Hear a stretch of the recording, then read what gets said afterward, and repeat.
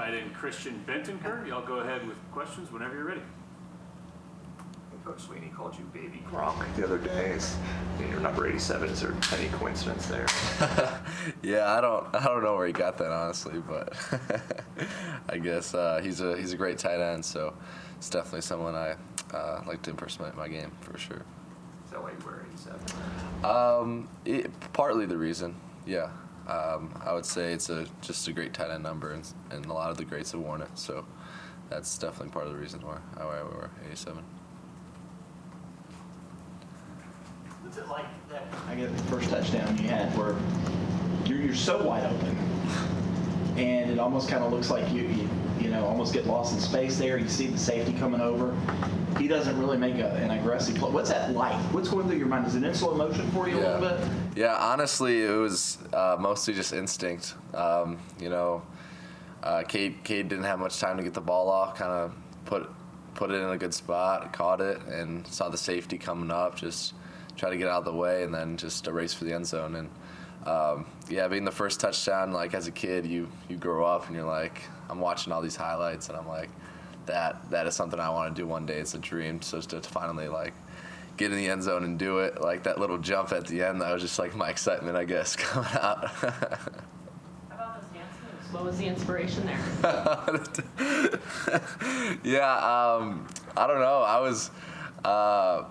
I always wanted to do some type of funny dance after I scored, and I guess that was the first one that came to head, and I did it.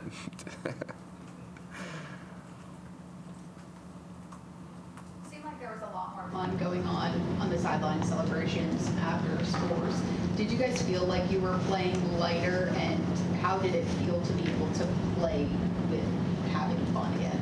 Yeah, we finally put all the pieces together this week, and I think, definitely just it was excitement that finally, because we knew we could do this for so long, and finally putting all the pieces together was definitely exciting for not only just the offense, but the whole team. I think Cade said after the game, he's like early in the week we kind of had a feeling maybe that Christian was going to score, get in the end zone on Saturday. Did you have that sense, like, my first college touchdown could be coming this weekend? Yeah, I mean, anytime I touch the ball, I'm hoping to score. I think that's kind of the mindset I go into having, and we had a couple plays designed that we practiced and had a good game plan. So, there was those couple plays I scored on. I was like all week, that definitely could be a chance to score on. I think it was Dad was Sweeney on Sunday saying that you were walking the facility to start studying the tape on Saturday for BC and saw you out there running wind sprints. So just what does that say about sort of the effort that you're putting in, that ethic that you have? Yeah, so I just every day just try to be the best.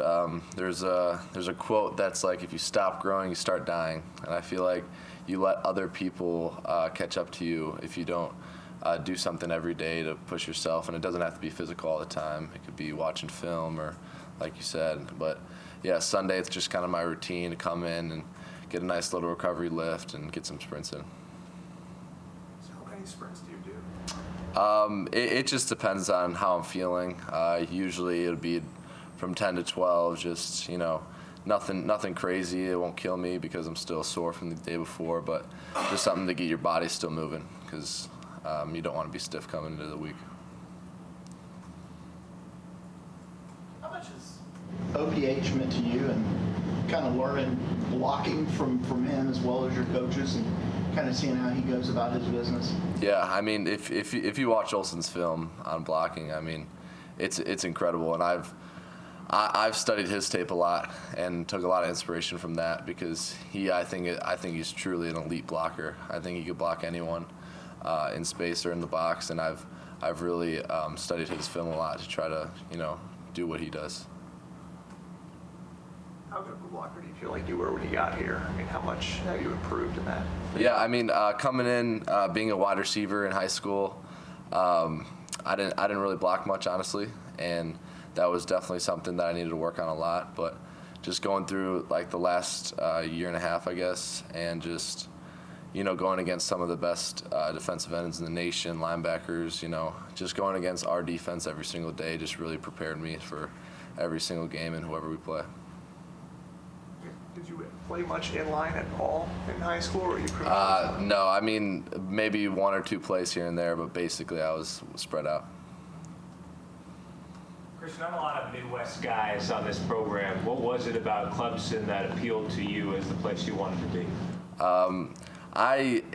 You go through the recruiting process. Obviously, there's a lot of appealing things for each school. And when I came to Clemson, it was the Louisville game.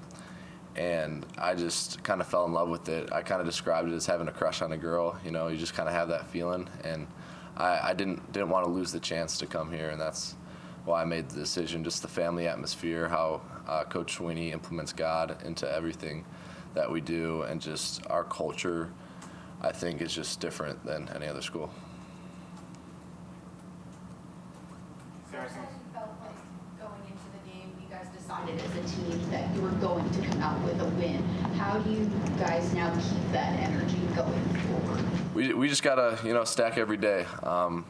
Coach Sweeney always professes just being 1-0 each week. We're not worried about the last game anymore. We're not worried about the next game after BC. We're just worried about this week. And if we could just keep being 1-0 and keep stacking days, then we'll win this weekend. Is there anything specific that stands out to you from BC's defensive film?